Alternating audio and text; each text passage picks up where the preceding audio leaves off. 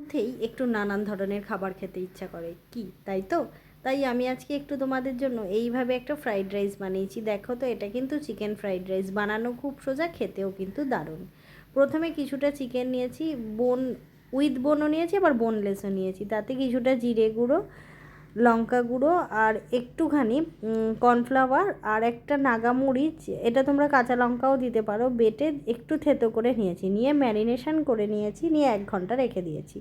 তারপর সাদা তেলে মাংসগুলোকে ভালোভাবে ভেজে নিচ্ছি। এটা চাইলে তোমরা এই ফ্রাইটা এয়ার ফ্রায়ারেও কিন্তু করতে পারো। এবার আমি এটাকে সাদা তেলে ভালোভাবে লাল লাল করে ভেজে নিয়েছি চিকেনগুলোকে। দেখো, এইভাবে প্রত্যেকটা চিকেন ভেজে নিয়েছি। তারপরে ওই তেলেই সব চিকেনগুলো দিয়ে আরেকবার ভেজে নিচ্ছি। নিয়ে আগে থেকে ভাত করে রেখেছিলাম, সেই ভাতটাই দিয়ে দিলাম। এটা তোমরা বাড়ির যে কোনো চাল দিয়ে করতে পারো, একটু সরু চাল হলে বেশি ভালো হয়। দেখো, দিয়ে দিলাম গোলমরিচ গুঁড়ো, এটা কিন্তু দিতেই হবে ঝালের জন্য। গোলমরিচ গুঁড়ো, তারপরে একটু বিট লবণ দিয়েছি, চাইলে নুনও দিতে পারো। আর একটু জিরে গুঁড়ো দিচ্ছি, এই জিরেটা কিন্তু বাড়িতেই গুঁড়ো করে নিয়েছি। দিয়ে ভালোভাবে নেড়ে নিচ্ছি।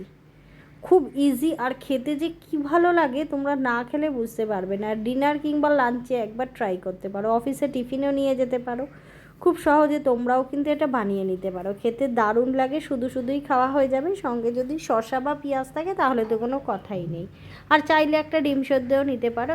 এই রাইসটা তোমরা একবার খাও, এই চিকেন রাইসটা যে কী ভালো, এটা খেতে দারুণ সুন্দর। আমি বলবো তোমাদের এইভাবে একবার বানাও, বানিয়ে খেয়ে দেখো, আমাকে কমেন্ট করে জানাবে কিন্তু।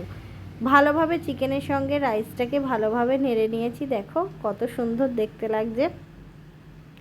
এই সময় তোমরা চাইলে অল্প ভিনিগারও কিন্তু ব্যবহার করতে পারো, আমি আর ভিনিগার ব্যবহার করিনি। এই দেখো, এবার তোমাদেরকে নামিয়ে দেখাচ্ছি, কত সুন্দর দেখতে হয়েছে। আমি তোমাদেরকে বলবো এইভাবে একবার খেয়ে দেখো, খেতে দারুণ লাগে। ভিডিও ভালো লাগলে একটু পাশে থেকো, ফলো করো।